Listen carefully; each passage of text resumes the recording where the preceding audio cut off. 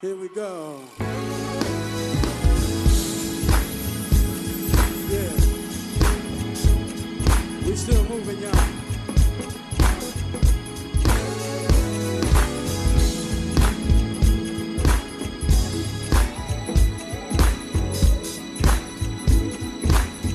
Break it down. I don't know who I'm talking to, but the Lord has given me a word for you. Whatever you're going through, yeah, God gave me this word for you. Everything will be alright. When you're going through, just remember this word. Everything will be alright.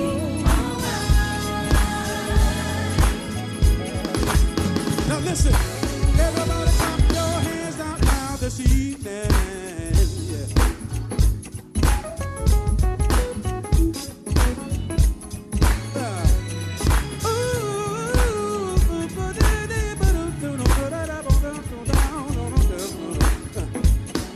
Listen, I want y'all to help me sing. Say, everything will be alright. Everything will be alright. Say, everything will be alright. Everything will be alright. Everybody say, yeah.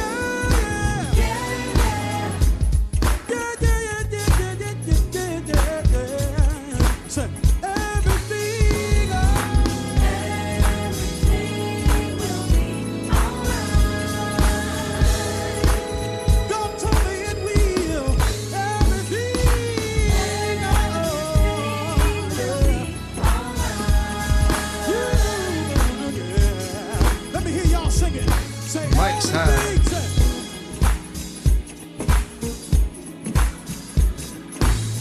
you can only sing it like that if All you right. believe it. Open Test up your 1, mouth 2, and 3. Here we sing, go. yeah. Ladies and gentlemen, we are back for another Yeah. right after hump day time, and it is between Sundays. I'm wearing the Eagle right now. Last I checked, we were down, but it's still a lot of time left. Both teams are playing good. Shout out to my wife with the Commanders and to everybody else that are in the Bible, Eagles fans. Amen. Darren, you got it, bro. All right. Welcome back Between Sundays. Welcome. Between Sundays. Welcome. And I know it's an important Eagles game going on. So I get it. I appreciate you if you're in and out. But again, we're a platform where we offer perspectives of the modern church ministry operation and the many nuances therein from the lens of worship, arts, and multimedia personnel.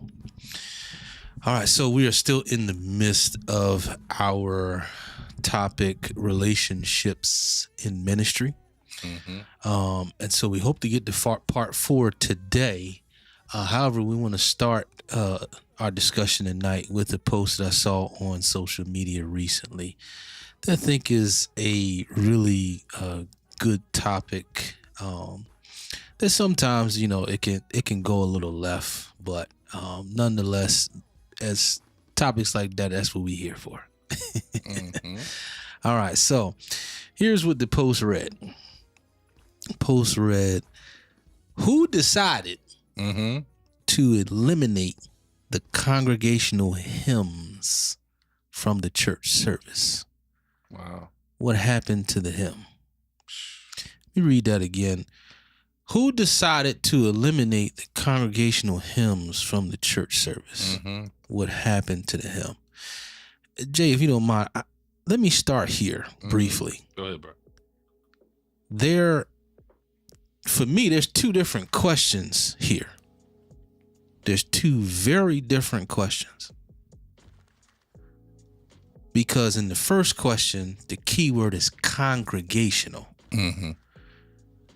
And that would suggest the manner in which the hymn is presented in the church service. But then the second follow-up question, what happened to the hymn?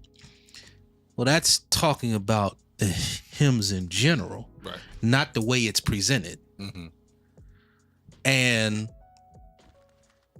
I think this is kind of where the conversation goes left. It's not differentiating these. Right. What do I mean? Well, just because a church maybe does not do congregational hymns doesn't mean they don't sing hymns. Mm-hmm. Right. Again, congregational is the style in which it is presented Right. Exactly. in the service. Mm-hmm. So I think many people read that and they skip over that. Mm-hmm. They skip over the congregational part, and the conversation becomes, the churches have moved away from hymns. Mm-hmm. So I would like to have the conversation, or at least start the conversation, with the congregational part. Mm. What? Let's start there, and let's try and keep that context versus talking about or leaning toward the concept, the concept that hymns are no longer in the church service. Mm-hmm. Mm-hmm. No. When I look at the first question, it is the style. It's not the hymn itself. Mm-hmm. You got any thoughts, Jay? Yeah. So, and keep it with the context of the congregational hymn. Who decided to eliminate the congregational hymn? Well, I would think of it like this. The church of 1970s is not the church of 2024.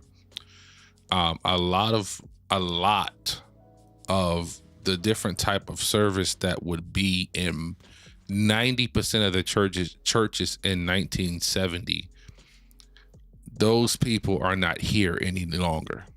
They are gone up to glory. There are some that are still hanging around. Mm-hmm.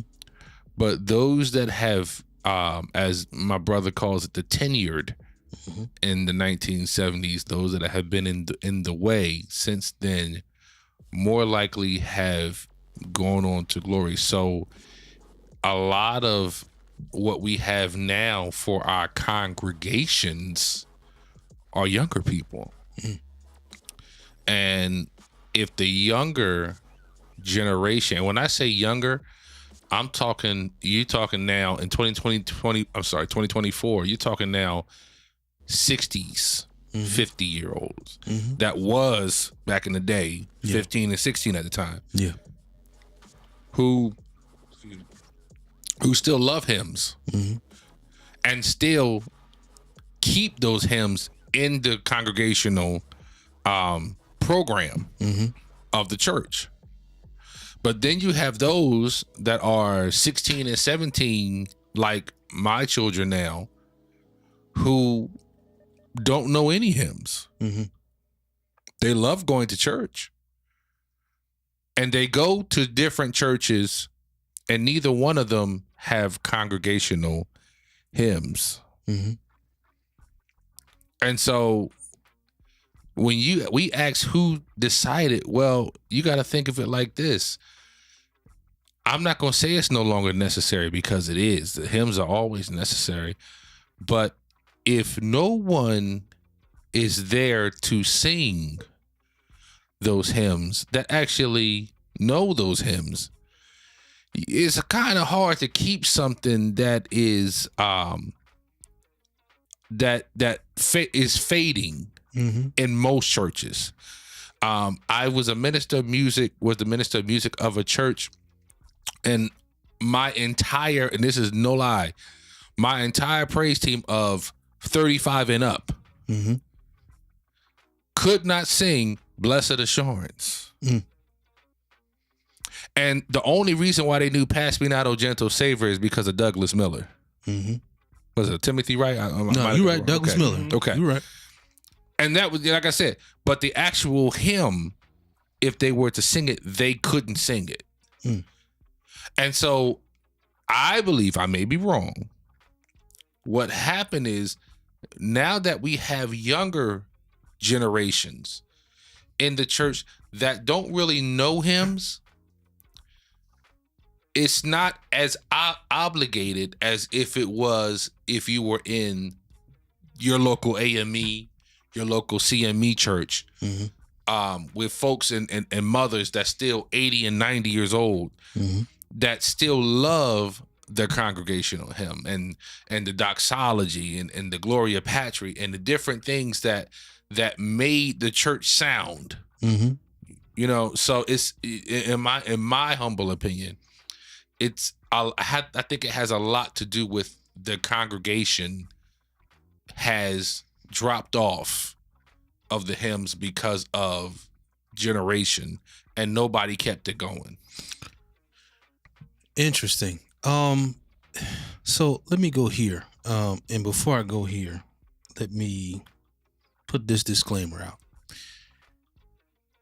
I grew up on the hymns. Mm-hmm.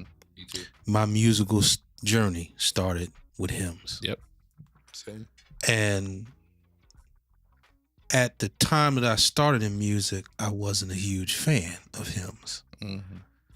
I wanted to play John P. Key, Hezekiah Walker, Yep. a little bit of Kirk Franklin. Mm-hmm. I have grown a great appreciation for hymns as my musical journey started to mature. Mm-hmm. Yeah. But I grew up on the hymns. And when I say I grew up on the hymns, I almost know that red hymnal back and front Mm-hmm. to where I can tell you what page a hymn is on. All right. So let me start there and give that caveat. But here's where I want to go. Again, the congregational piece, that is, to me, that's the key word, because that is a style of presentation. Mm-hmm. Now, I may be wrong here, but I suppose that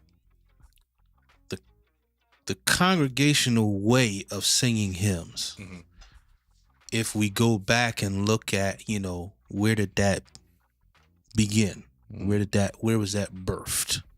Or what was kind of the driving force behind a congregational hymn each Sunday? Mm-hmm. Well, obviously it's a way to teach your congregation and your people the hymns. Mm-hmm. Without question, that is a way. So that could be one reason. But I think when we look back at the musical landscape, particularly of the time you talked about, 70s, 80s, 90s, and we look at many of our churches, well, how did the service begin? The service began usually with a devotional period. Mm-hmm. And You don't hear that word too much, don't worry. yeah, and if the devotional period was handled by the deacons, Mm-hmm. that wasn't always an energetic segment. Yeah. There wasn't always an energetic segment. A lot of times that was a common meter segment Mm-hmm. that, yes, they appreciated the songs, but it wasn't high energy. Yeah. Okay. So another reason for the congregational hymn in terms of the presentation was it was a energy riser. Mm-hmm. It was something that, put some energy and uptick into the flow of service. Yeah. Because obviously you're having everybody stand, be asking them to grab their hymnals, or you are, maybe you're saying turn in your bulletin. That's another word we ain't heard in a while. Right. Turn in your bulletin to the hymn, right? Mm-hmm. And we looking for everybody to join in and sing because you got the words right in front of you, blah, blah, blah, blah, blah, right? And it was most times it was a up-tempo song. It was a what a fellowship. Yeah. It was a lift him up. Mm-hmm. It was along those lines. It was a higher ground, plant my feet on higher ground. Yeah. So it was, again, it was a way to build the energy of the service so that everything kind of wasn't just a slide and drag almost, right, musically. Mm-hmm. Right. So that was, again, that was another reasoning behind the presentation of congregational. Now, okay, going back to a point that you made, Jay, times have changed. The musical landscape is different. Mm-hmm. Not only the musical landscape, but obviously, your congregation is a little bit different.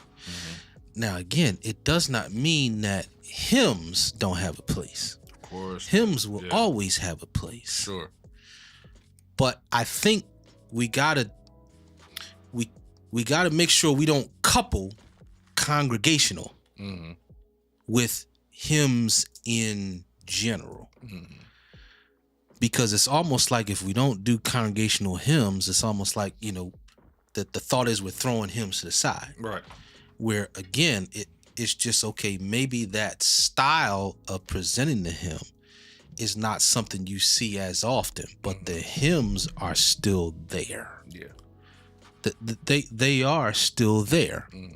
So one might ask, okay, well, Darren, if you say they're still there, how does the congregation learn them?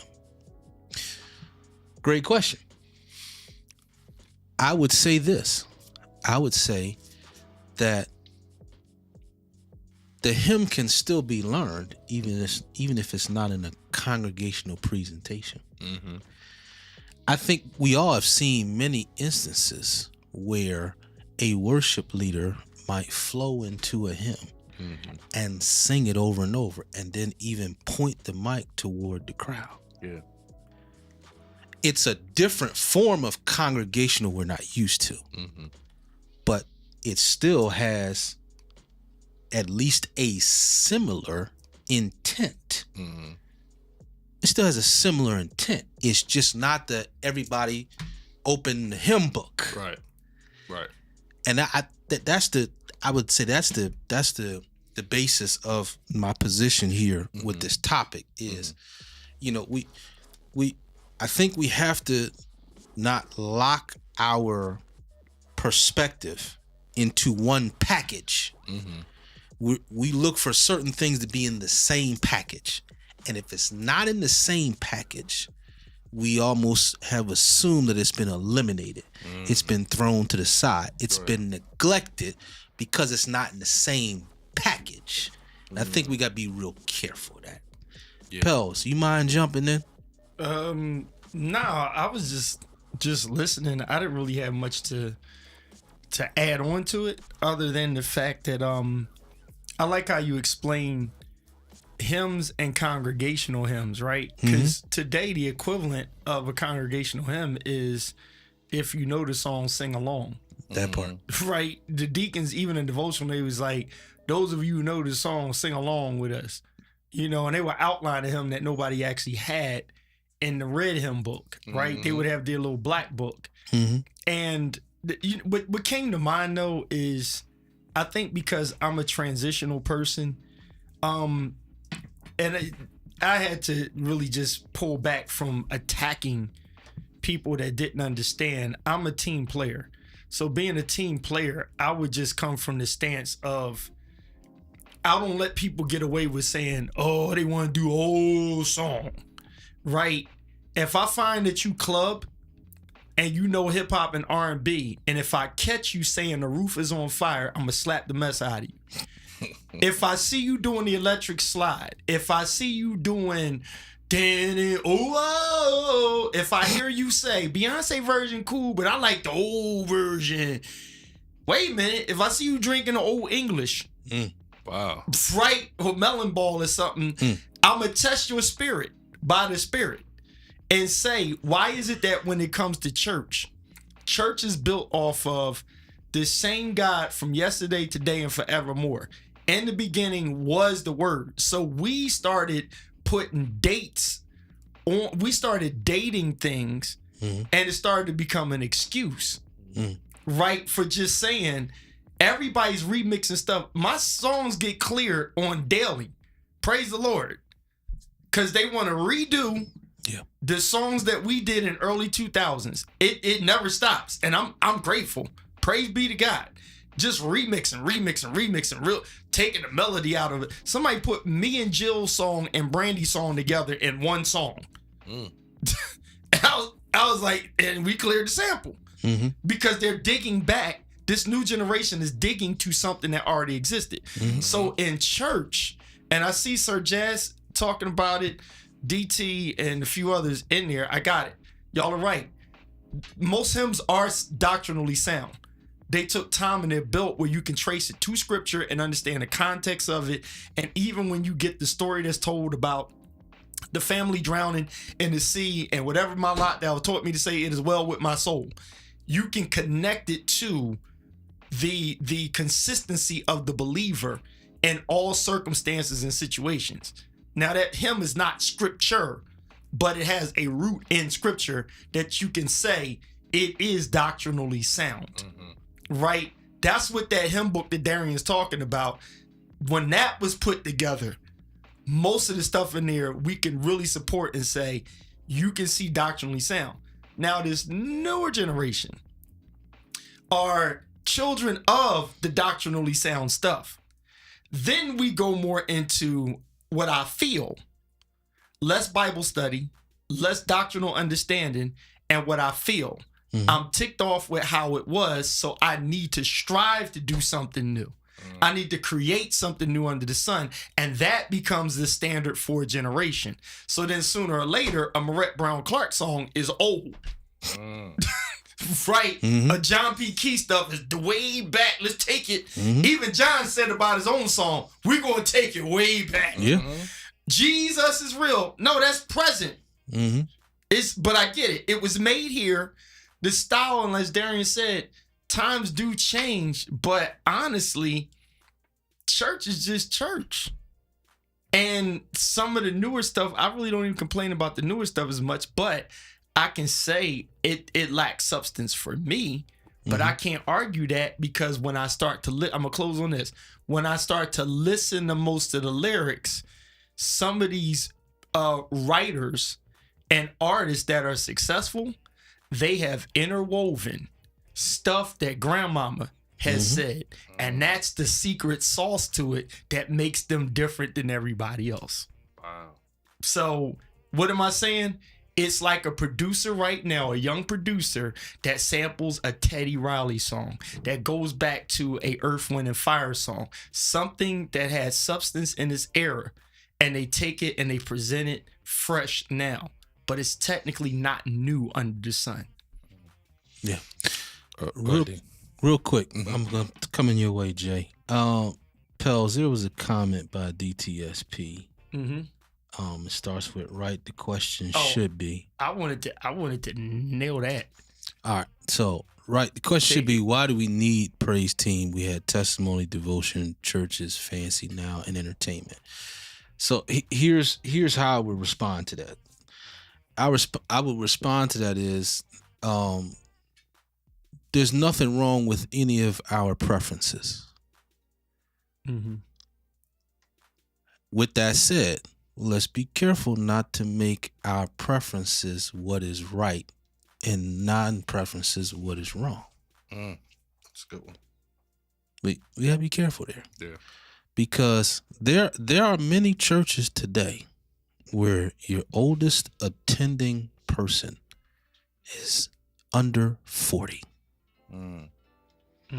So for that church, the question would be, what do you believe their musical preference is? Do you believe it's a high likelihood that their musical preference is congregationally hymn style, devotion, testimonial type service? Again, nothing wrong with that.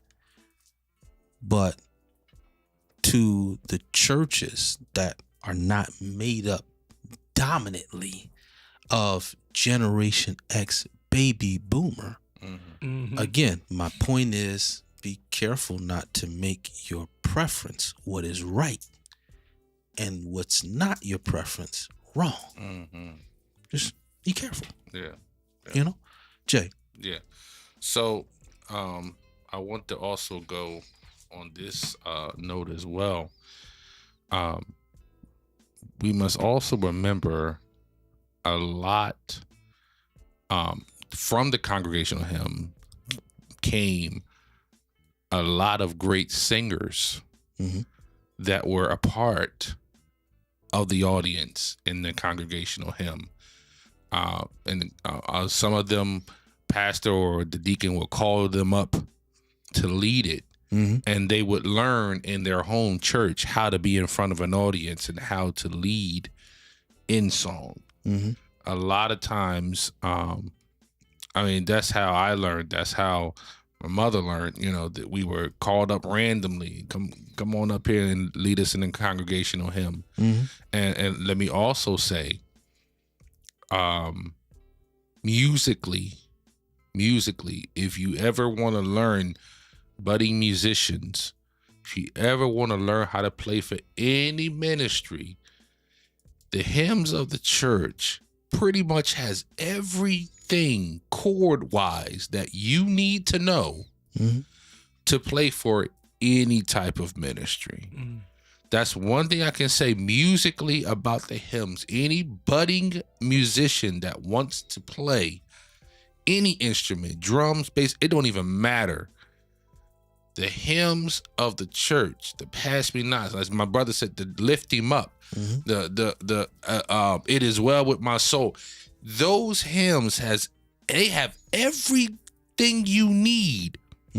As you learn to play them, I guarantee once you learn and be comfortable with those hymns, you can go to any ministry and you will be able to flow without much trouble, because those hymns, as I believe it was Sir Jazz said, you didn't just play them, you had to practice those hymns. The chord structure was a little different, and even though a lot of them may be similar, but that we come this far by faith, you had to learn that song.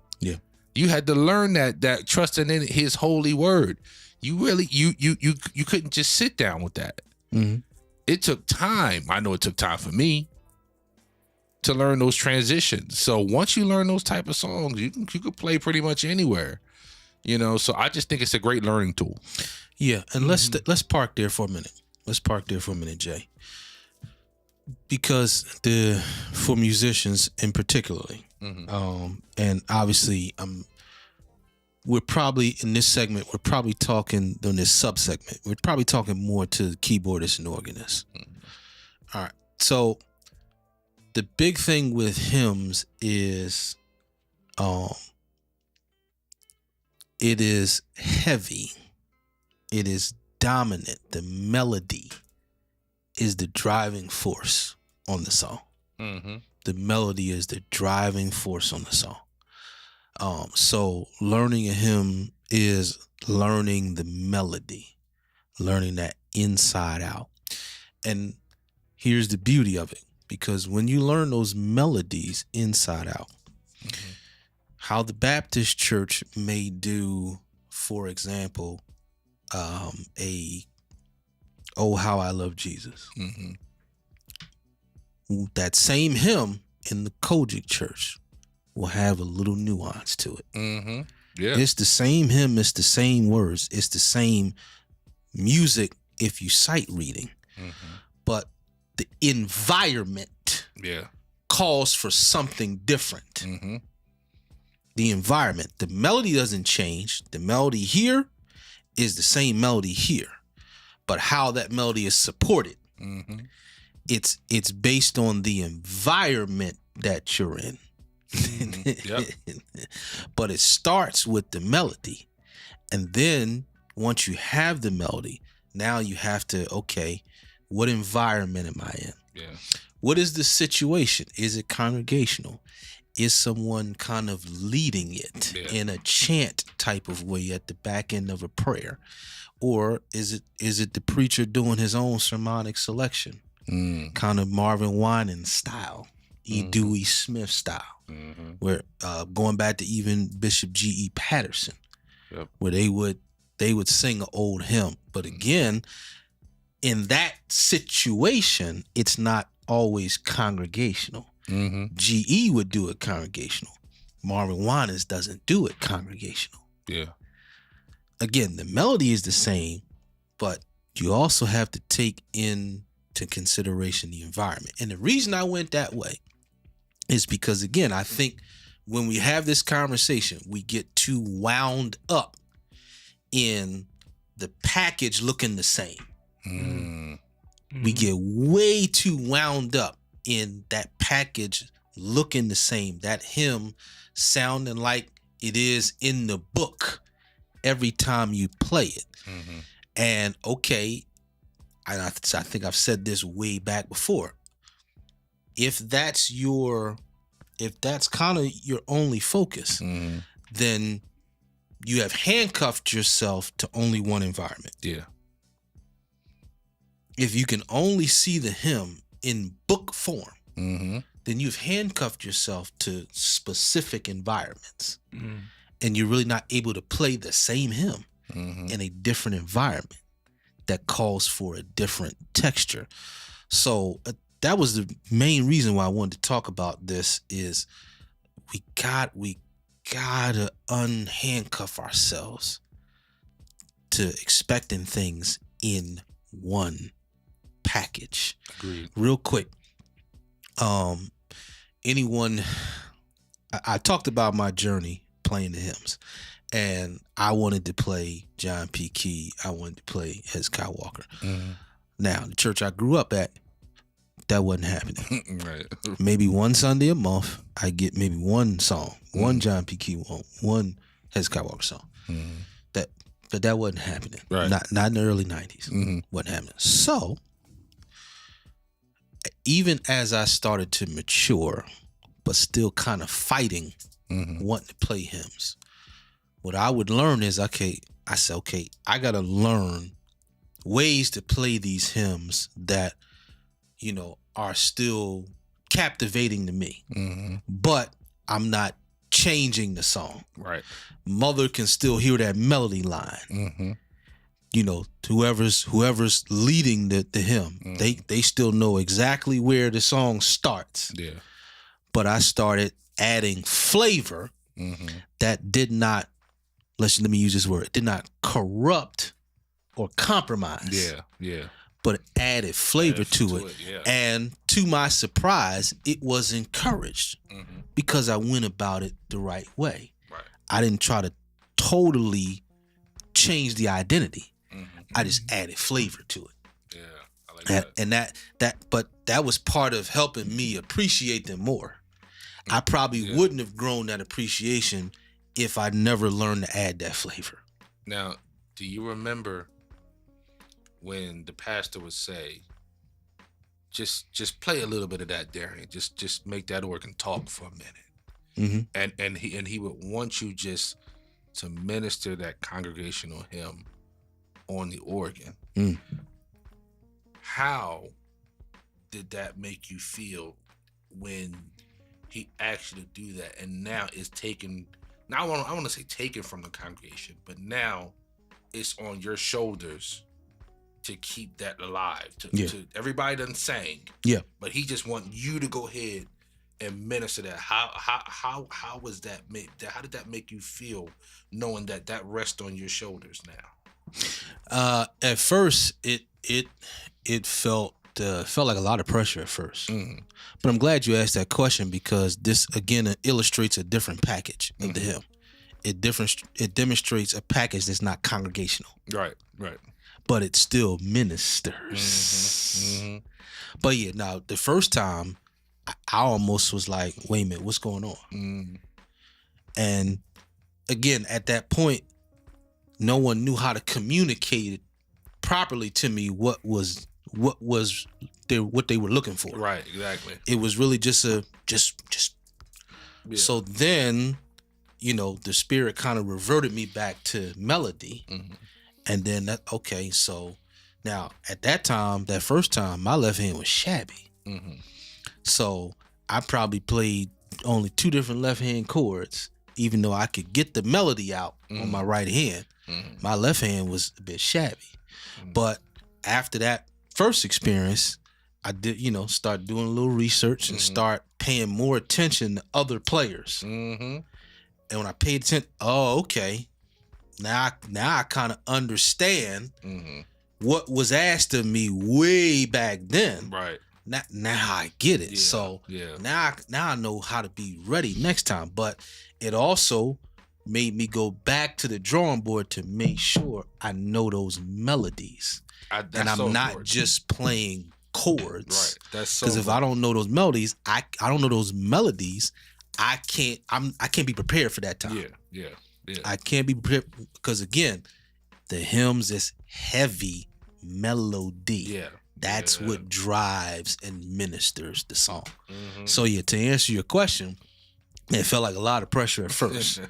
But then once I went back to the lab and got real solid on the melody of those hymns, the melody of the great is thy faithfulness, the melody of even the holy, holy, holy, the melody of a come thou fount. Getting deep into it. Yeah. Once I went and got those melodies down, it's like, okay, cool. And then again, now I'm not only I can be ready for an instance like that, but I'm also prepared that if I'm in a different environment, if I'm in a Maverick City CCM style environment that does a hymn, I kind of can understand how to keep that melody, but how to support it that fits the environment. Good one, bro.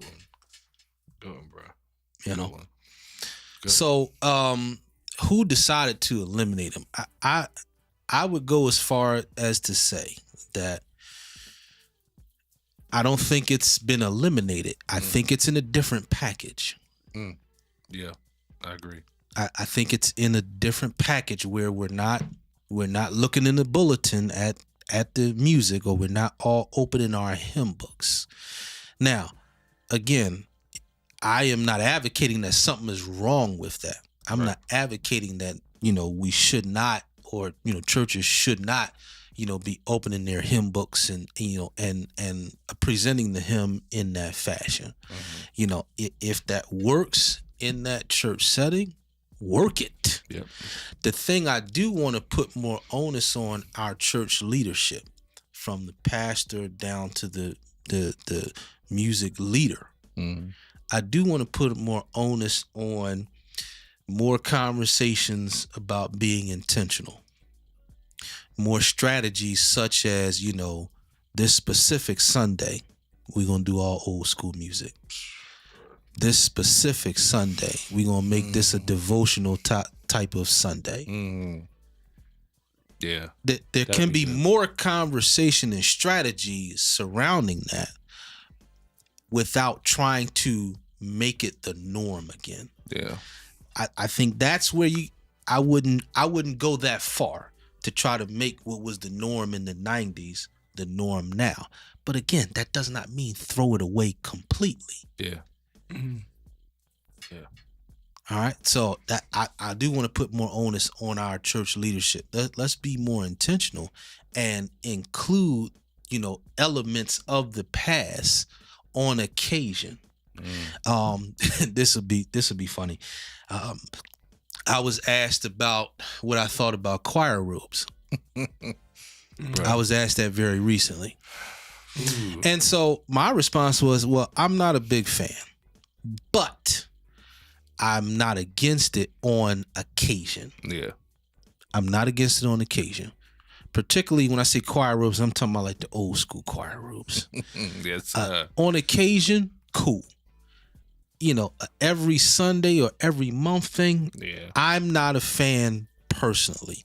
I would look more to the lines of, a more progressive style color coordination. Mm-hmm. Yeah. You can look at a lot of Ricky Diller and his choir's videos and see that, they still do choir robes for certain videos, and in other videos, they'll do a color coordinated outfit that's not a robe.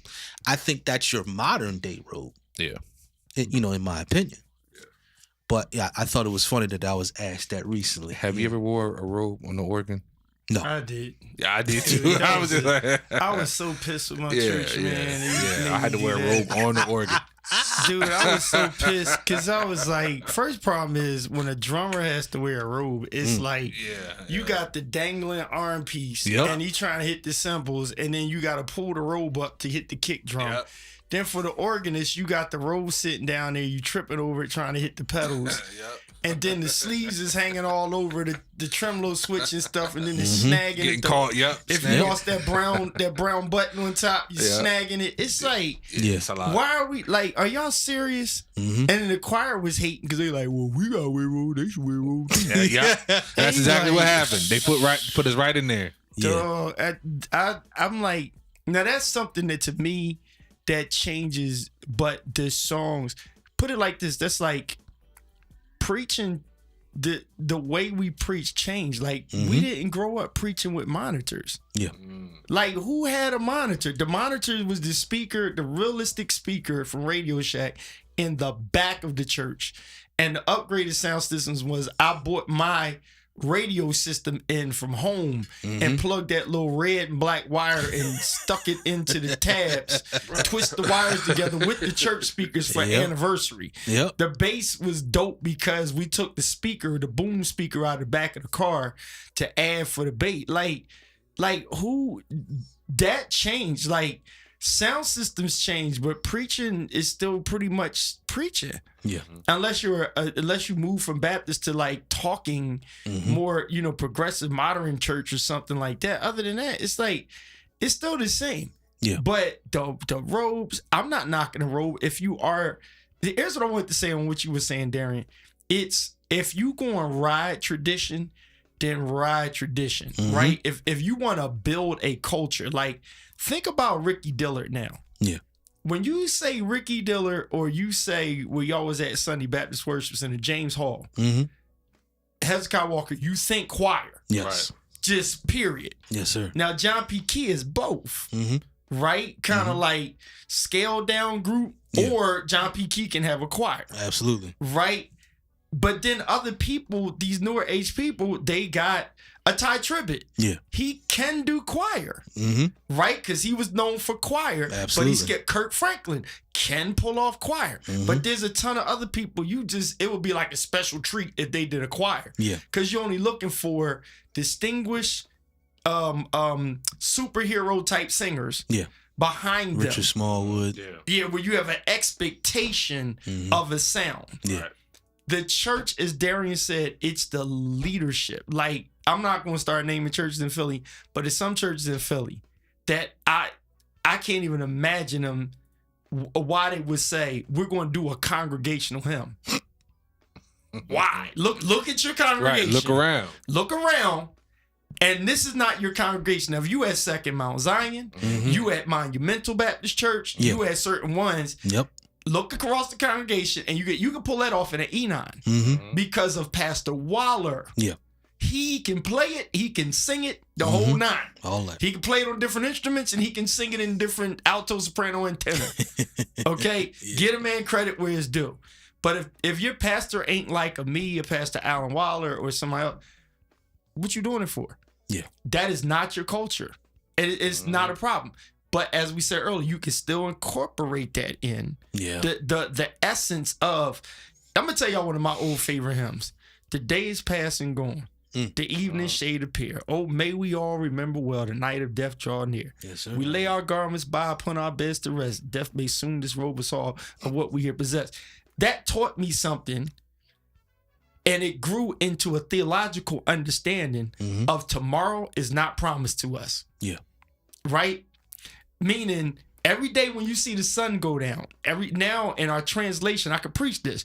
When you look on Facebook and you go, oh, man, you here today, going tomorrow. We got to watch how we treat people. I'm reminded the day is past and gone. I done preached that at funerals. I done preached that in services to people that never even heard the hymn before. And they was like, them words are so touching. But when you wake up those who do know it, it connects with the people that didn't know it.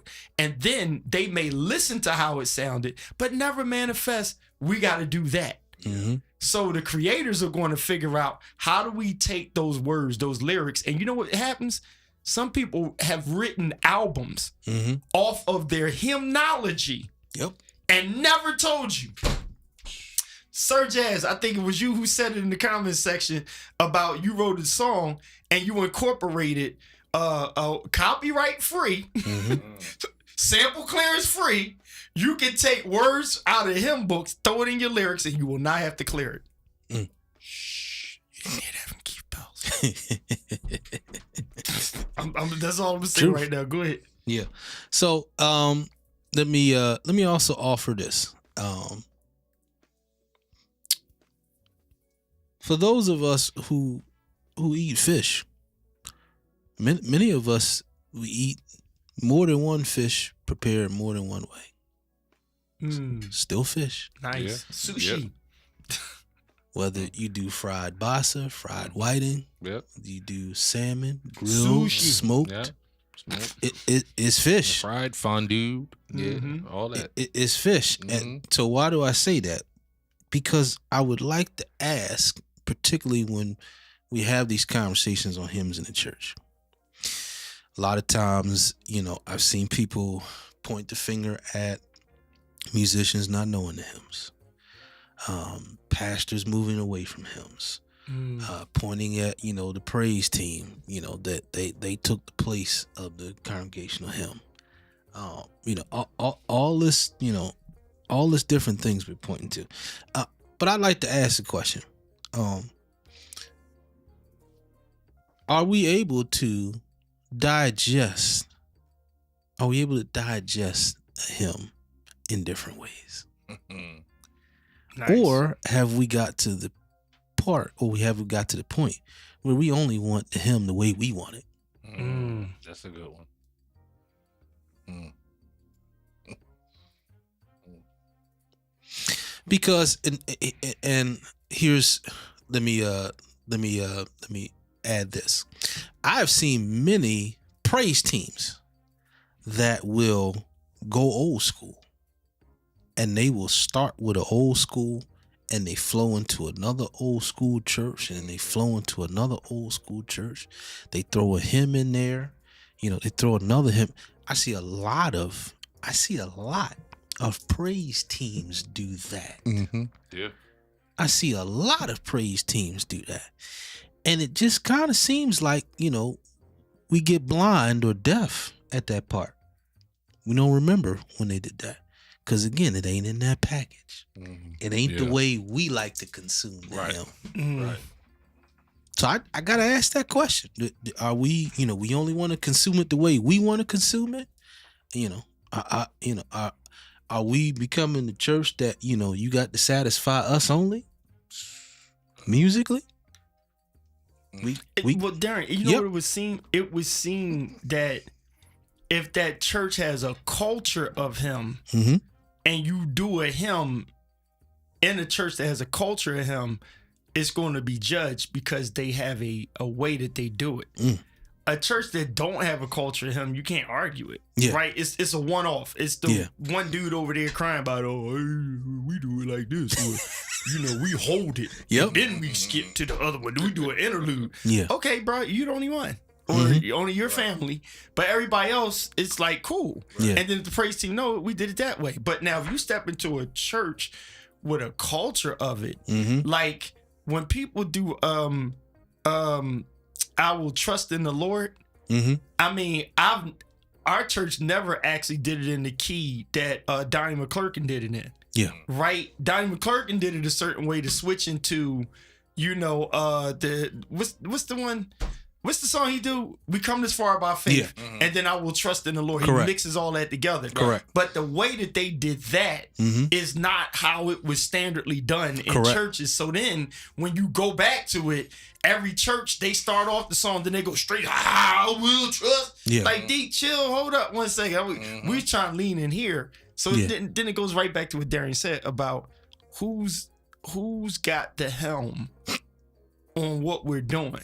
Because if not, everybody's throwing in their requests, but they're not putting in efforts. And I just want to say one thing about the value of the essence of why hymns mattered so much, because it brought some kind of unity and it held everybody accountable for worship. Absolutely. Right? And it was think about this though. The hymn book is not the Bible, but it was a standard place that we can all touch and agree. Yes, sir. At least on lyrics. Right? Absolutely. And then we established a flow. And even when we went to churches that did it a little bit different, everybody like, oh, okay, that's how y'all do. Okay, no problem. No problem. Y'all, no, we don't. We do it your best. It's cool. And we just adjusted. And then afterwards, we be learning like, oh, so y'all hold it there. We y'all go up the key. Good. We would do that stuff, as Darian said. How do y'all interpret that? Not, oh, here's a song, y'all can learn it. Well, that's just y'all. Yeah. And then it's cool, but that's where someone said earlier, it starts to turn into a concert. Yeah. And now we lost the worship experience because, and let's be honest, y'all, radio stations ain't the way they used to be. No. So not at all. Mary Mason, Gospel Highway 11, Walter Louise Stewart. Waters, all of that stuff, they kind of centralized. And whatever your New York station was, whatever your DC, whatever, they centralized how we learn songs. Yeah. So now it's not centralized anymore, and it's all preference of I like them, I like them, I like that person, and then we're trying to pull this into a Sunday service, and only a few people know it. Yeah. So let me shout out some watchers, and I want to take a few minutes to hit that last part of the question: what happened to the hymn? All right. As we mentioned, Sir Jazz, Carl Watson. That's right. Signatures by Mrs. Angel Morris. Nick Hill, Eulalia Darius. DTSP, as we mentioned, Carolyn Jenkins Meekins. Francie Boulware, Marcus Swinson, Patrice DeLisser, Marquise Shaw, Cotman, Chandler Hawkins, Marcus Swinson, I think I mentioned. Thanks for tuning in. Marcus, you posted a question some time ago. It said, are hymns more doctrinally sound than contemporary gospel music? Loaded question there. I would say this. It depends on the hymn and the contemporary gospel music you're comparing it to, because all of our subdivisions of gospel music, I think, have songs that are very strong in their doctrinal in their theology. Let's say it that way. Here's what I would call a modern day hymn that you probably won't find in any of your hymn books, which is Alpha and Omega. That's a good one. Yeah. Yeah. That is now a church hymn. Yeah. Yeah. Even if you're only doing the chorus, that we give you all the glory, we worship you, our Lord. Yeah. Theologically sound, but it's a contemporary gospel song in its origin. But the way that we have now applied it in our worship services, it's a hymn. Because, and here's why I say that. Many churches, they don't just sing it as a selection. They don't just sing it when they're called up to sing. It has so many different places. Yeah. It can be during the opening of the doors, the call to discipleship. It can be at the benediction. It can be opening the service as a form of a doxology. It can be, on a response to a prayer. It goes in so many different places in the worship. Yeah. It can even be let's say the residue of a totally different song that you sang, before Pastor. You could have sang something totally different, and then as you're taking your seats, you sing just a little bit of "We Give You All the Glory." That's now a hymn. Yeah, I take a member right there. And you won't find it probably in none of our hymn books. I don't even think it's in the African American Heritage one. No. It may be, but I don't think it is. But that's why I said let's be careful with the presentation of it, that we're not walking this line of suggesting that hymns have been taken out of the church just because they're not sang in congregational style. Now, what happened to the hymn? I don't think anything happened to the hymn. No, they're still nice and strong in the church. Talk to me, Jay. Nothing's wrong with the hymn. The hymns have not left the church. Just like my brother said, they're most of the time in another package.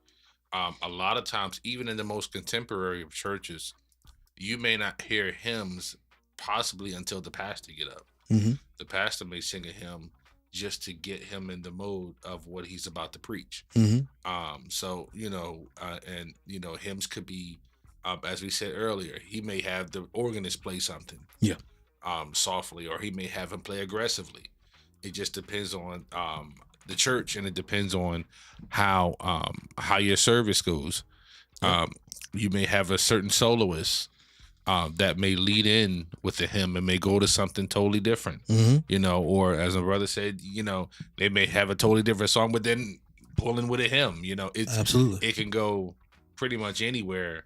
So no, the hymns have not left. The hymns have been in the church, and they more likely will stay in the church as long as we have not forgotten them. And I believe there are certain musicians like me who won't forget the hymns, because it's what we believe, especially me.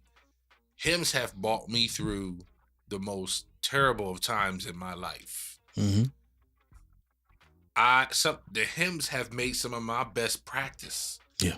And the quiet times. And it's amazing what you will learn as a musician about a hymn. If you play a hymn, I guarantee you, play it 20 times. And I guarantee you'll learn something while playing that hymn that you never thought you would learn. And my wife is on the line, and she'll tell you, she'll go into a hymn in a minute. She'll do a congregational song, praise the Lord, everybody, praise the Lord, and then how great thou art. Yeah. And it works. It works. So the hymns are not lost. So let's get that out there. The hymns are not lost. I don't believe they ever will be lost. They may not be sung as Darian said, in a congregational style. So we can't get hooked up on that. If they're not sung in the congregational style, doesn't mean that they're lost.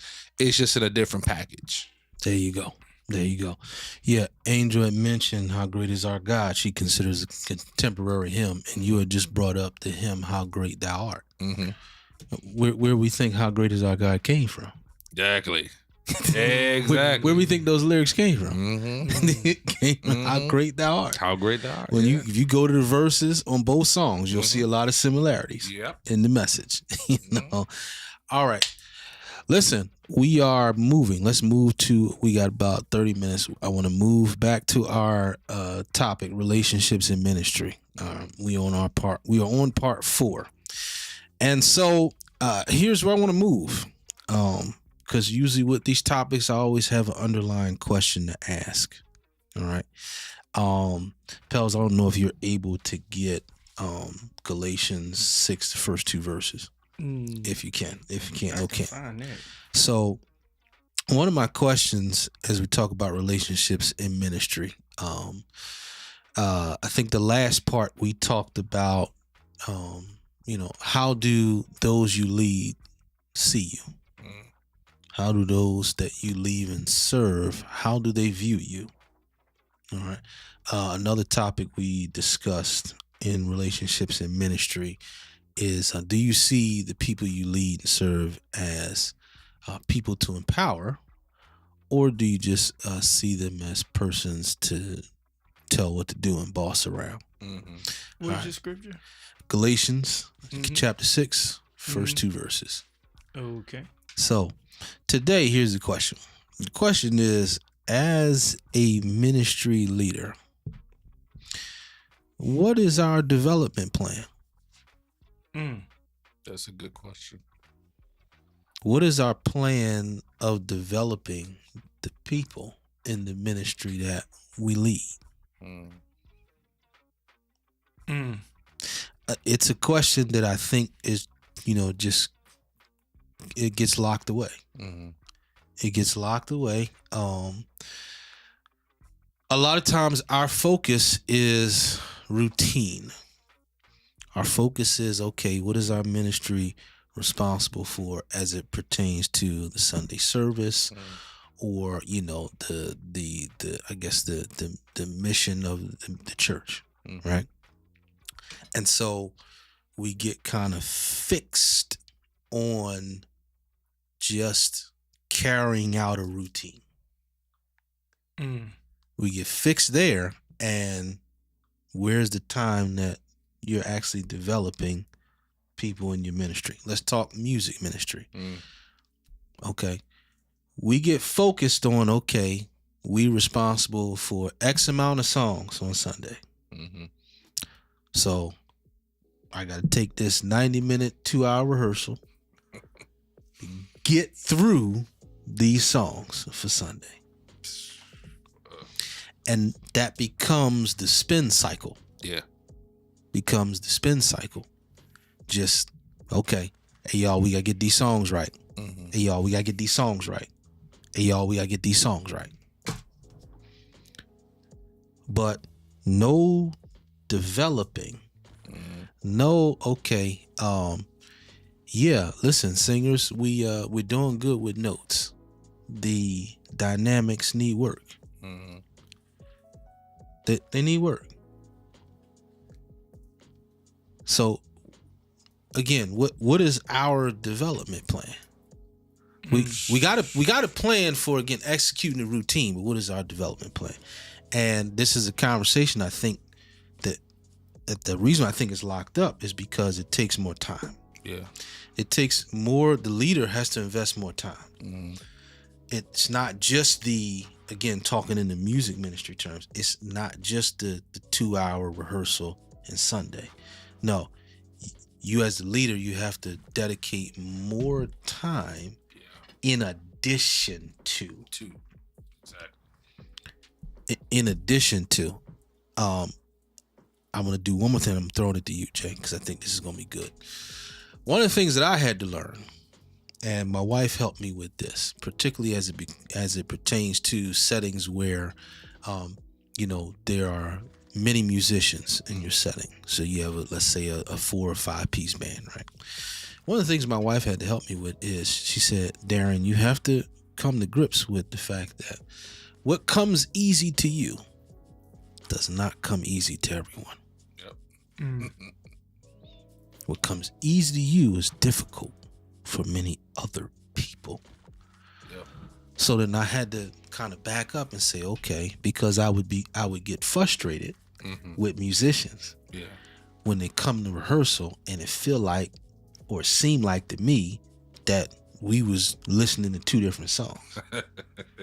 I would get extremely frustrated when I'm like, okay, wait a minute. And I go back in the text, okay, no, you got the same song that I got. Right. We studied the same song, but it seemed like you hearing something else totally different. Now, in many cases, that is not I heard something different. That is not I wasn't listening. That was more of I wasn't listening close enough. Exactly. That's what it is in most cases. But again, to kind of help me with my frustration, I said, okay, all right, I gotta communicate this differently. I gotta find out, okay, what are you hearing here? Yeah. Did you hear this dynamic part as the music transitioned from part, let's say, from the bridge to the vamp or whatever the case? Okay, I gotta find out where you at. So it ain't just me being frustrated that you ain't where I'm at. Right. You got any thoughts there, particularly in that framework? Well, it seems that mostly we try to be more productive than connective. We don't like to connect too much to ministries anymore. Yeah. We encourage productivity. Yeah. Remember, most of our churches is a production now. So connectivity is not really encouraged as much. What we're trying to do now, and especially, I'm guilty of it as well. A lot of our churches, what we've been trying to do is just trying to make sure that we do our job. Yeah. Yeah. And that's that. Do enough where we're doing our job. However, if we were to leave, there's nobody that we can say we have trained that can succeed. Yeah. Where we left off. And so because of that, when the question is asked, what is your developmental plan, then you have to ask yourself, okay, have you put any workshops in place? Mm-hmm. Have you studied vocally with any of your choir members or your praise team members? Yeah. Sometimes, yes, you have to take the extra time. After y'all rehearse 2 hours, yep, you might have to take a little time with your worship leader. Mm-hmm. And you may have to teach him or her how to actually stand in front of people and exhort. Yeah. That may actually have to be because, as Darian said, what comes easy to one may not come easy to the next thing, to the next person. The next person may have a hard time with just being in front of people, period. Yeah. But yet they're on a praise team. Yeah. So they may not move as if, as much as the lady next to her may move, and they might be scared. Yeah. Absolutely. So what are you putting in place? So like I said, I've been guilty of this myself. We just want productivity. We got to make sure the production is tight. As long as the songs are rehearsed well, and as long as the music sound good, we feel our job is done. But there's nothing else behind the scenes that's going on to engage the people who are serving every week and pouring out. Yeah. There's nothing to pour back into them. And then we wonder why they get burned out. You wonder why you, as a minister of music, get burned out. Why? Because you've now put yourself in, and I'm just, like I said, I'm guilty of it. I'm saying it a third time. You've now put your own self in a place where now you're there to do the job. You're not there to grow and build. And so, and I'm sure, Pell's had, some situations like this where you had musicians just to come. They wasn't there to grow and build. Yeah. They were there to just help and get their check, and that's it. However the choir sounded is however the choir sounded. There was nothing else that they felt they needed to do. So yeah, there has to be some connectivity with your people, which goes back to the other question we asked, are you able to be approachable? Yeah. With your team? Mm-hmm. Can your team say that you're approachable, and how often can y'all hang out together? Can y'all at least have, break a little bread or something? Yeah. Talk about something other than church, because I believe camaraderie is like the biggest. Yeah. If I don't know your spirit, I don't know what you want on Sundays or any other day that we play, because there are certain things that cannot be taught. You just have to watch. Yeah. There are certain emotions I may show. You may not know those emotions unless you get to know me. Mm-hmm. Jay, that connectivity is big. Go ahead, Bells. Yeah, Jay, I really love how Jay penned it, how he said, how you were pointing out, Jay, about nowadays it is getting the job done, right? Mm-hmm. So for me, preaching is much easier now. I don't want to blanket the statement, say preaching is easy, but I'm more at peace preaching now. Mm-hmm. Because for me, I moved out of, I got to get up and get the job done of a sermon. Yeah. And then because I had to play, if we didn't have a musician, I literally was working 2 jobs in one service. Mm-hmm. Mm-hmm. So there was the demand of what everybody wanted to feel. And I was like, I don't know none of these new songs, but I worked the heck out of them old songs that I knew. So it was like my catalog only went this far. So when they like, oh, do you know the new, once you say new, don't even count on me. We're not doing that song. Or y'all better get a musician that know how to play it. So, like, you know how bad it was? I couldn't even really play. I knew how to hit the bass line on Ty Tribbett's joint. Mm-hmm. I will boom, doom, doom, doom, doom, doom, doom. I had the bass line, but I'm like, if I had to play the whole song on the organ, I am going to jack it up. Mm-hmm. Right? Marquise Cotton was in the section. He learned how to do the intro as the intro, but he never learned how to do the song. Got you. So it was like the problem with the YouTube learning is you can learn the intro to something, but like you didn't know how to navigate the song. Yeah. And then when my sister is like, oh, Michelle, I feel it, or somebody throw the key off or something, couldn't follow him. Yeah. Because it was no discipline there. Right. Yeah. Right? Yeah. And so now there is no room. I mean, Marquise know I love him, but it's like I was trying to tell him a long time ago, you can't let the people in the congregation like hype you up. Mhm. You got to perfect your craft, because we're long gone are the days. We had family members that was just trying the drums. Yeah. And if grandmom said, I want to see all my grandkids on the instruments, you had to suck it up and deal with the one family member that didn't know what the heck they was doing. Mhm. And you had to be like, he gonna play the why y'all gonna leave play that song? Like, Yep. get so on the drums for Rain on Us. Put Jermaine on the drums. Now they put the other cousin on the drums that didn't know how to do the shit. And you like Just ticked off. boom papa. You understand what I'm saying? So it's like when Jay hit that nerve there, when you said, Jay, about it's literally going to get your job done, that's across the whole board for the most part. Because even praise and worship team, it's like, yo, it is a job.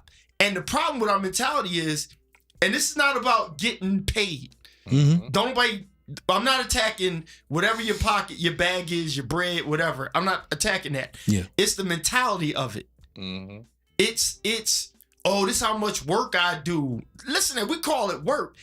It was a joy for me to jump on the organ on Sundays. Mm-hmm. It was a joy. And yes, time changed, but let's argue it. If we learn how to raise our families better, we learn how to get income that we don't need the income from the church to do, we can make a joyful noise. We can. And because things have changed, yes, you will be compensated for it. But now it's not, your negotiation for playing on Sunday is not to pay your mortgage. Correct. You understand what I'm saying? Yes, sir. And it's like, if the load fits, that's why we looking here. We got 3 services here. We can't just give you $300. Yeah. We got 3 services. You easily 1,000 bag for your time on Sunday. But that's not on you just trying to make ends meet, because you got a business, you got good job, you CEO, all of that. So when you come up to church, it's like, yeah, I'm not just doing this for free, but technically I'm doing it because we have a culture here. Yeah. We hang out with one another. Yeah. Not everybody getting a check, hang out with one another. There's a relationship from the window to the wall to the ushers it's a relationship. Yeah. And once we miss that, it is just like a corporation where it's always somebody different. And even football teams, praise God, the Eagles won for the most part. But even sports teams, you have to build a relationship. Because if you don't have a relationship, you're not reading good. And then when you start losing, you like, oh, Barkley wasn't doing his job. Yep. Hurts ain't doing his job. He paid all that money. He wasn't doing his job. But when you listen to them in the locker room, they like, we encourage one another. Like, dude, all right, you threw 3 interceptions. Come on, you got to get on it, bro. Yeah. It's conversation.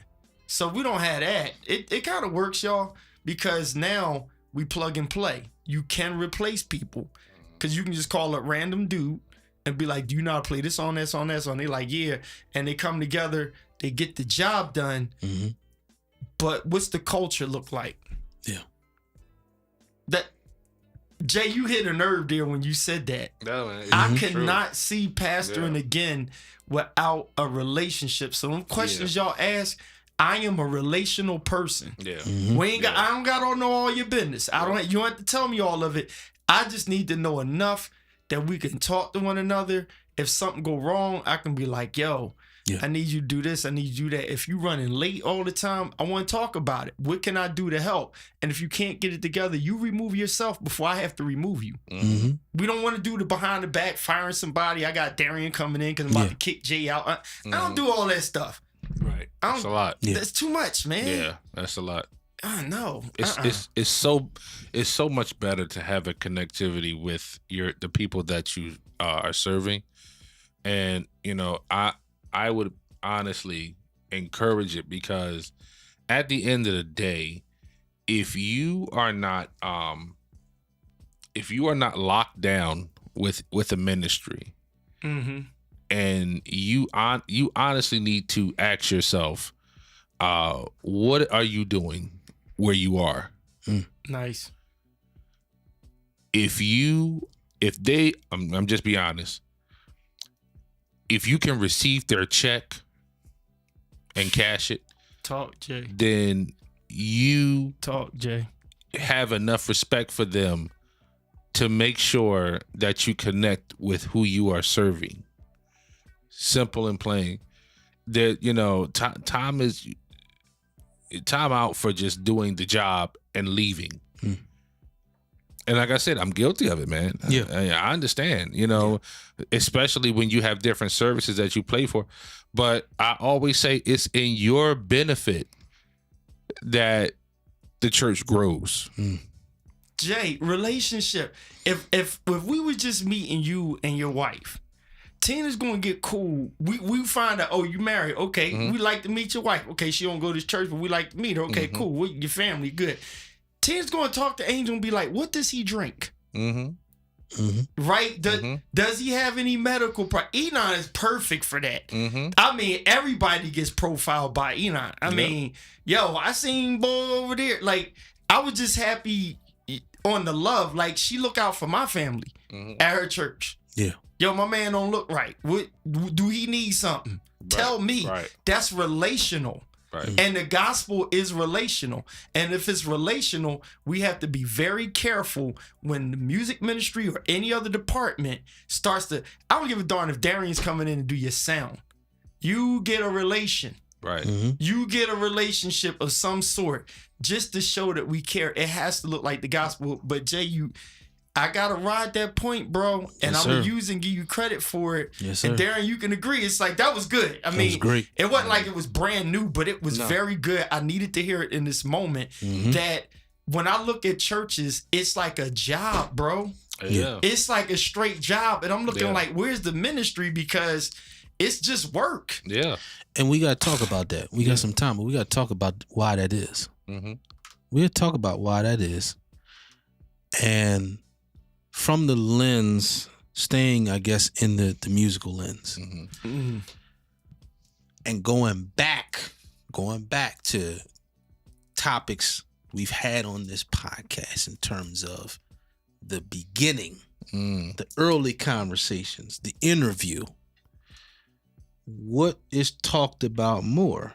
Is job talked about more, or is connectivity talked about more? Right. No, job, tasks, expectations, execution. That is the overwhelming part of the conversation in the beginning. And Darren, and the question is for what? Like, what is the goal here? Right? What this election has taught us, and I'm not going political. This just Keith Pell's. I'm gonna be honest. It done shook the church up. Whether we think so or not, it done shook the church up. Because on the one hand, Bishop Coleman, I'm going to use his terminology. He put up something that some people may have misunderstood. But his question kind of was like, would we be talking the same way? Would we be as religious if it had went the other way? And the essence, I'm not putting words in his mouth, but the essence of where it sat to me is would we be so in a hallelujah look at God mode, and now that gives us a ticket to snatch it and grab it, and tomorrow God's going to do this and do that. What do we do when adversity comes? When all we can talk about is about to get bad in the school, about see with Project 2025 and all that. Here's the thing, how does that affect congregation now?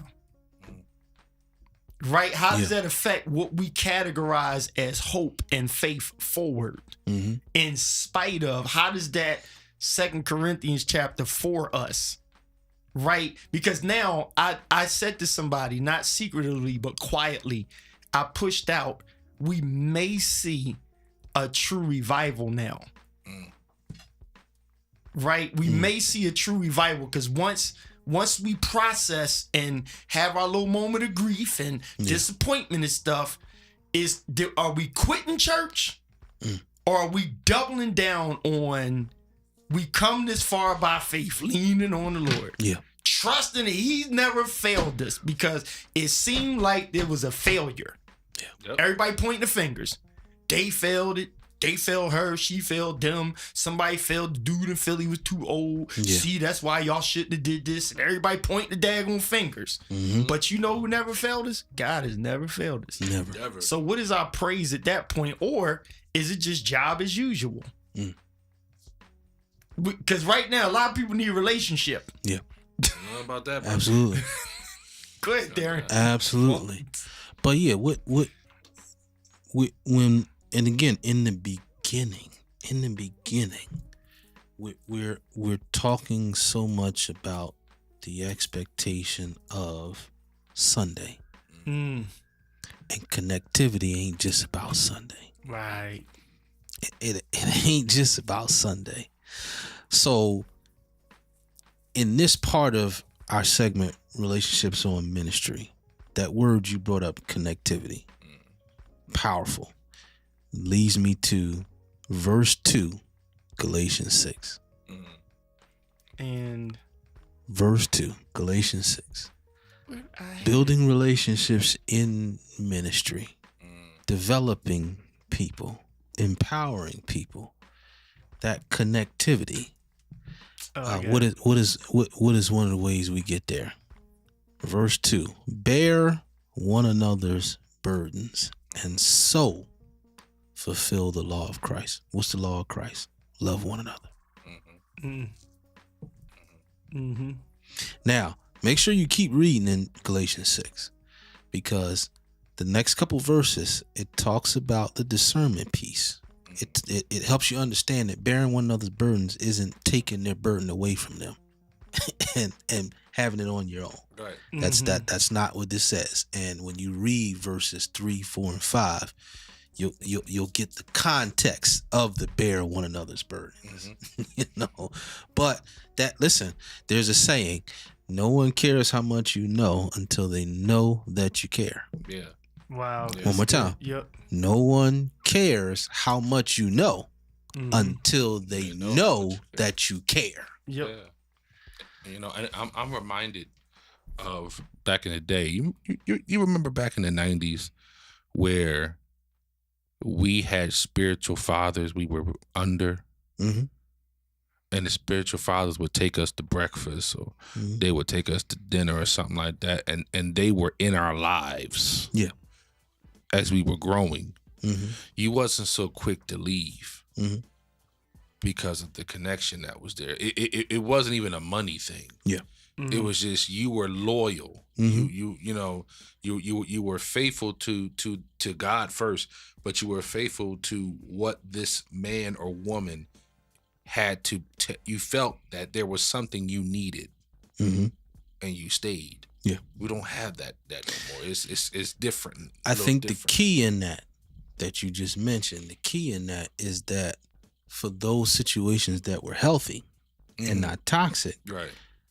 It was obviously a connection there, but it was also a path. It was a two-way path. So it wasn't just a father talking to a son in ministry, but also a son could talk to a father in ministry and be heard, and be received.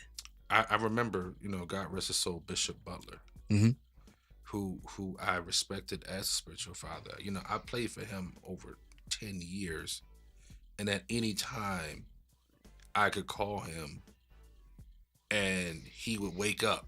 I don't have nobody to really call like that now that's as a spiritual father, but I remember when I would be able to go to his church 2 a.m.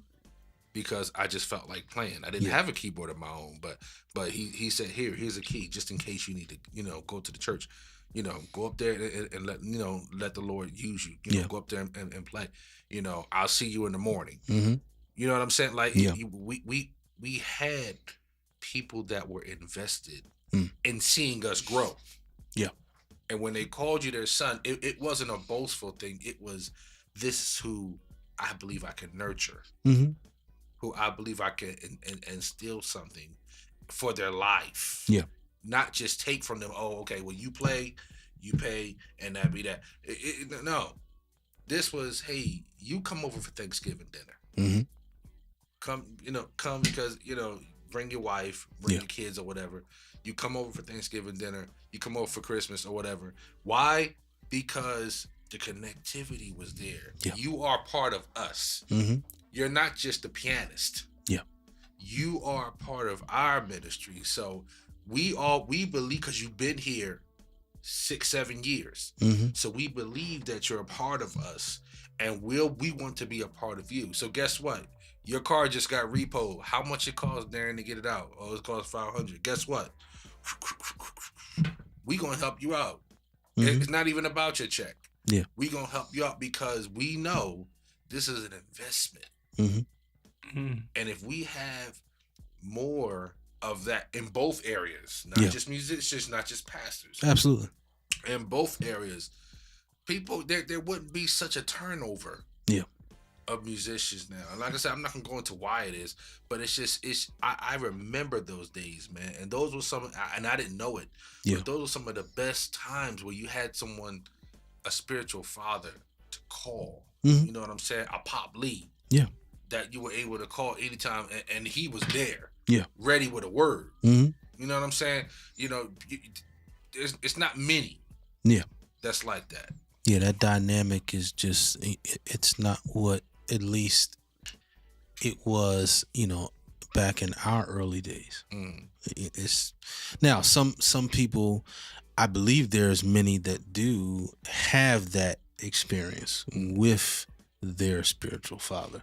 Someone that comes to mind, I think we both know, Burley Clark. Okay. Yeah. I know him and his spirit, they're connected like Yeah, that. yeah. So there are examples Yeah. of that. I just don't think it's maybe as prevalent as it once was. Okay. So and that, again, that's interesting, because then we get into the question of why is it not, the way it used to be. That's why I didn't want to go into And that. That's a whole nother and listen, the short answer is that, there's blame on both sides. Yep. There was manipulative tactics on both sides. Mm-hmm. On both the spiritual father side and the spiritual children side. Yep. There was manipulation tactics, both sides, not just one side. Mm-hmm. But yeah, again, when you're talking about a development plan, investing yourself in the ministry, Yeah. and investing yourself in the people Mm-hmm. of the ministry. Yeah. If your development plan doesn't start with that, then you don't have a plan. Mm-hmm. You're not really there to do any developing. You're there to do the job. Exactly. Yeah, you're there to do the job. Exactly. So, again, when we talk about, I guess when we go back to that, that person that desires, remember this word, autonomy? Yep. Mm-hmm. That person that, that asks, why we're not getting autonomy in this area. Well, you do have to also ask yourself the question, are you invested? Because why should you be given autonomy if you are not invested? That's reckless of the church. Yep. To give anybody autonomy that has not displayed that they're invested. Yep. That's reckless on the church part. Mm-hmm. That's it. It's ain't no other word for it, So yeah, you also got to ask that question when we bring that word back up. That a lot of us, we feel like that's been a battle with many churches. Is to have autonomy, to not have someone undermine us. Okay, but have you invested yourself? That's good. Pels, you got anything to add to close us out, man? Not really. I mean, I think what we say, if all hearts and minds are clear, because Jay, thank you, bro. I mean, because I know something's always gonna come out of you, all of us, right? Mm-hmm. And that was a blessing to hear it, because it's really been helping shape me. I'm in a place of confidence right now, right? Yeah. Like, I've always been confident, but like for me, each person's journey is different. I needed to step out of the job of going to the pulpit. Like the more it became work, Yeah. right? It was like I'm cool with all the pastors that champion. Yeah. Oh, we did this, we did that. Then cool, Mr. Busy, Mrs. Busy. Yeah, cool, do your thing, right? Or even a musician is like, I had to go do this, I had to do that, I had to play for this choir. Go ahead, Mr. and Mrs. Busy. But then for the rest of us, this like really, and I'm gonna argue this fully, Christ-like, and even if a good role model would be like a Paul-like, it was about serving the people. But then not bragging on it, just being. And so I am a unity guy. I hurt when people don't get along. Like, you really want to hurt me, just don't get along with people all the time. Or just always show me a problem. Now, I ain't gonna grieve over it, but I'm gonna cut you off. I'm gonna cut you off until I find a way to reconnect with you. Because right, Sir Jazz, busy is not effective. Like, I think we do need to marinate. And I'm one of these type people. We can have service and get out of service, but then we also got to be mindful of, if people got health challenges, we don't just do something other than just eat after church. And then don't force, me and Darian ain't gonna force everybody to bowl. Like, that's the only way we gonna have fellowship. If Jay don't bowl, maybe he play golf. Okay, let's go bowling. But you know what? I've been trying to learn some golf. I ain't trying to go out in the field. Let's go to Top Golf or something like that. Go axe throwing or something. And listen, y'all, I'm gonna push the button. Find out who do some things that you do that may be secular but not sinful. So cigar, little act right, something, but not overindulging. You know where the borderline is, right? Find out who listen to rap like you. But we ain't, all crunked up on it. But we stretch. Find out who you can go on vacation with and who you can't. Yes, sir. Right? And then don't out everybody. But the relationship has to be built, because sometimes it's those things that help people to be honest. And I'll say this much, because I can say it. Y'all need to know, we talked about at the table. We up in Vermont. Darian and Enon was rolling out. We all linked. We like, oh, y'all going. We sat out in fellowship. Best breakfast in a long time. I mean, we had a good time. And we all learned from each other. We sitting at the table like, damn, y'all two. And we all know each other, but it was just like, that was fellowship. Yes, sir. And we grew. We helped. We talked about confidential things that's like, it stayed at that table. And as cool as we are with Jay and Angel, it's just not we don't have to talk about it. Absolutely. And whatever them four talked about is nothing, and vice versa. But it was like, it's the unity and the culture outside of the four walls that affects inside the four walls. Yes, sir. Say that, bro. My heart was made glad to see my niece singing with Angel. Cause, and I say this on air, because she's younger than Angel. She's a grown woman, but sometimes I like that church culture for discipline. Now, I'm going to just leave it right there. It's certain musicians I want to see playing with these two guys, because I trust the discipline where I'm not fussing at them, but they learn something from soon to be their OGs. Yes, sir. It's y'all see what I'm saying? It's small stuff like that a church has to get back to that. Has to. And then the pressure's off of it. The problem is, many leaders are trying to be the celebrity. Right there, bro. And if the leader's trying to be the celebrity, you can't expect everybody's just working a job. Because every pastor's an Elon Musk at this point.